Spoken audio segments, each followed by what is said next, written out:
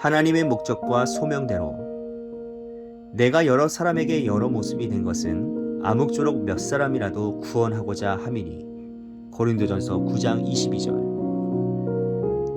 그리스도인 일꾼은 하찮은 일들 가운데서도 하나님의 고결한 사람이 되는 법을 배워야 합니다.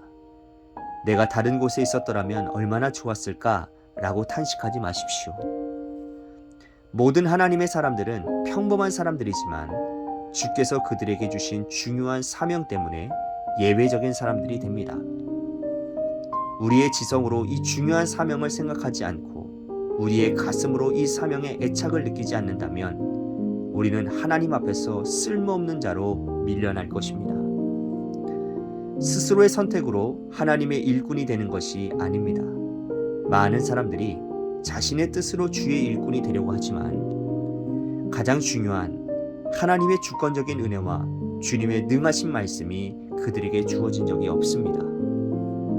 바울의 온 마음과 생각과 영혼은 예수 그리스도께서 이 땅에 오신 그 위대한 사명에 사로잡혔으며 한순간도 그 초점을 잃지 않았습니다. 우리도 가장 중요하고 중심이 되는 이 한 가지 사실을 언제나 직면해야 합니다. 바로 예수 그리스도와 그분의 십자가의 못 박히심입니다. 내가 너희를 택하여 세웠나니 당신의 신조에 위대한 이 말씀을 두십시오. 당신이 하나님을 택한 것이 아니라 하나님께서 당신을 택하셨습니다. 하나님께서 택하셨기에 그분이 원하시는 대로 우리를 굽히시고 깨트리시고 빚으십니다. 왜 주님께서 이 일을 하시는지는 우리는 모릅니다.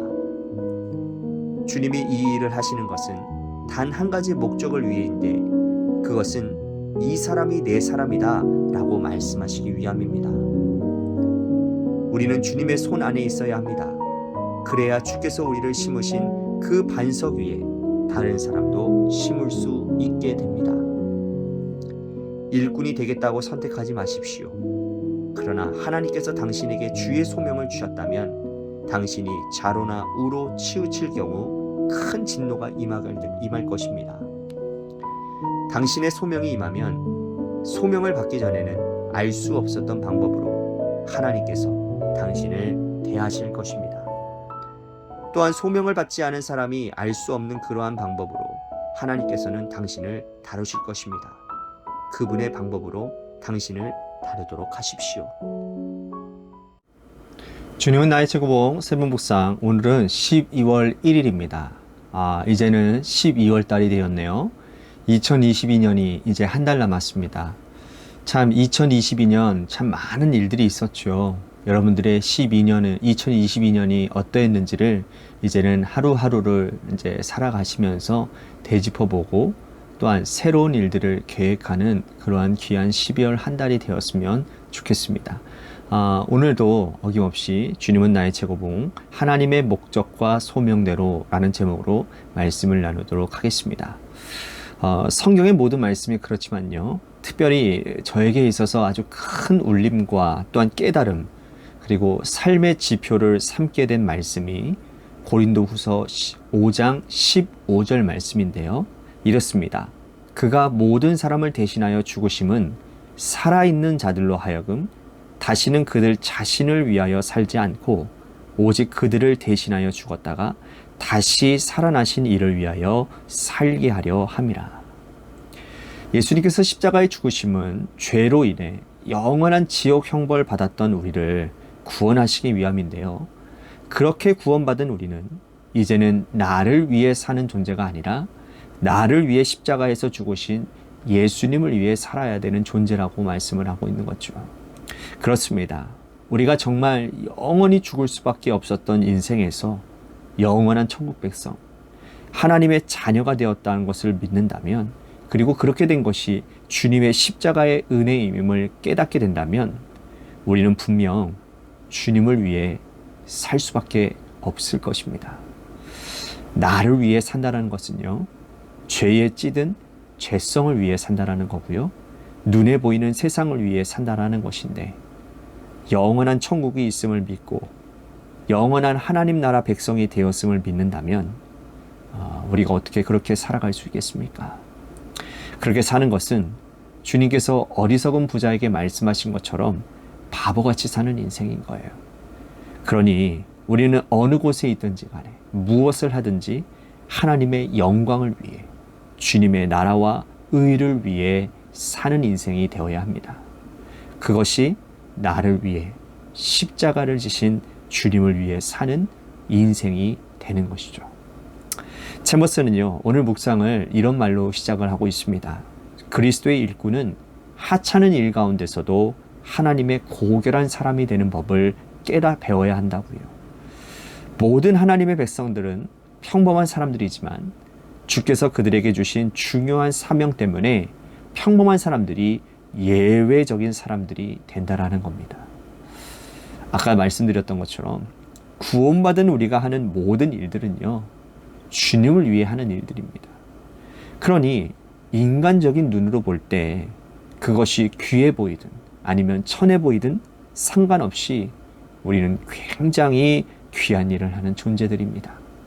그리고 그렇게 귀한 일들을 하는 사람들이니 귀한 존재가 되는 것이겠죠. 여러분들은 자신에 대해서 어떤 생각과 어떤 마음을 가지고 사십니까? 혹 좀 많이 배우지 못했다고 해서, 가진 것이 적다고 해서, 높은 지위에 오르지 못했다고 해서, 혹은 몸이 건강하지 못했다고 해서 자신이 별 볼 일 없는 존재라고 생각하십니까? 결코 그렇게 생각하지 마십시오. 여러분들은 하나님의 자녀이며 하나님께서 보시기에 너무나도 소중하고 귀중한 존재들입니다. 여러분들의 자녀들이 존재하는 것 그 자체만으로도 귀하고 소중하듯이 하나님 또한, 여러분들의 하나님 또한 그러하시다라는 말이에요. 그런 존재가 되었다라는 것은 올바른 정체성을 가지고 살아가야 함을 뜻합니다. 그렇게 귀한 존재가 되었는데도 여전히 눈에 보이는 것에 위해 살고 내 육신의 정욕과 안목의 정욕과 이생의 자랑을 위해 산다면 그것은 뭔가 잘못 살아도 한참 잘못 사는 겁니다. 사도 바울이 다메스 도상에서 주님을 만난 이후에 그는 주님께 온전히 붙잡힌 바 된 삶을 살았고요, 올바른 사명자의 삶을 살았습니다. 챔버스는 바울의 온 마음과 생각과 영혼은 예수 그리스도께서 이 땅에 오신 그 위대한 사명에 사로잡혔으며 한순간도 그 초점을 잃지 않았다라고 말을 합니다. 그렇습니다. 자신의 정체성을 올바로 깨닫는 바울은 자신에게 주어진 사명 또한 잊지 않았습니다. 그리고 그는 주님 나라 갈 때까지 그 사명 놓치지 않았고 그 사명을 위해 살았습니다. 우리도 가장 중요하고 중심이 되는 이 한 가지 사실을 언제나 직면해야 되지만 바로 예수 그리스도와 그분의 십자가의 못 박히심이라고 챔버스는 말을 합니다. 맞습니다. 우리가 구원받아 영원한 하나님 나라의 백성이 된 것도, 하나님의 자녀가 된 것도, 사명자가 되는 것도 주님의 십자가의 은혜 때문입니다. 우리는 늘 그 십자가 앞에서 살아야 하며 그 십자가에서 우리의 죄를 대속해 주신 주님을 위해 살아야 됩니다. 이것이 우리의 삶의 목적이요 존재의 이유입니다. 중요한 사실은 우리가 구원에 이르게 된 것이 내가 주님을 택하였기 때문이 아니라 주님이 나를 부르시고 택하여 주셨기 때문이라는 것입니다. 그래서 요한복음 5장 16절 말씀은 내가 너희를 택하여 세웠다라고 주님이 말씀하십니다. 그리고 챔버스는 우리의 신조에 이 위대한 말씀을 두라고 권면하고 있어요. 주님은 우리를 부르시고 택하셔서 주님의 자녀 삼으신 후에 주님의 형상으로 우리를 빚어가십니다. 주님 닮은 제자로, 주님의 자녀로 빚어가시는 거죠. 이것에 대해 챔버스는 이런 말을 합니다. 하나님께서 택하셨기에 그분이 원하시는 대로 우리를 굽히시고 깨트리시고 빚으시는데, 주님께서 그 일을 하시는 단 한 가지 목적은 이 사람이 내 사람이다 라고 말하시기 위함이라는 겁니다. 너무 멋지지 않습니까? 하나님께서 친히 우리들에게 너는 내 사람이야. 여러분, 얼마나 큰 자부심이 느껴집니까? 여러분, 어떤 대기업의 어떤 사장님, 회장님이 여러분들 말단 사원에게 너는 내 사람이야 라고 얘기한다면 여러분, 천하를 가진 것 같은 그런 마음 들지 않겠습니까? 여러분 인간의 회장인 이 사람에게 그런 얘기 들어도 그런데 온 우주 만물을 창조하신 전능하신 하나님이 우리가 넌 내 사람이야 라고 얘기한다면 이것만큼 얼마나 큰 기쁨과 감격이 어디 있겠습니까? 제모스는 묵상 마지막에서 이런 말을 합니다. 하나님께서 당신에게 주의 소명을 주셨다면 당신은 좌로나 우로로 치루칠 경우 큰 진노가 임할 것이라고요. 그러면서 소명이 임하면 그 소명을 따라 하나님께서 다루신다는 겁니다. 사랑하는 성도 여러분, 묵상을 시작하면서 나누었던 말씀처럼 이제 나를 위해 십자가 지신 그 주님을 위해 삽시다. 주님께서 내게 주신 소명을 따라 주님의 나라의 영광을 위해 그리고 몸된 교회를 위해 삽시다. 그럴 때 하나님의 목적과 소명 주신 소명 따라 살아서 주님 앞에 서는 날 잘했다 칭찬받는 아름답고 복된 삶이 되시기를 주님의 이름으로 간절히 축복하겠습니다. 아멘.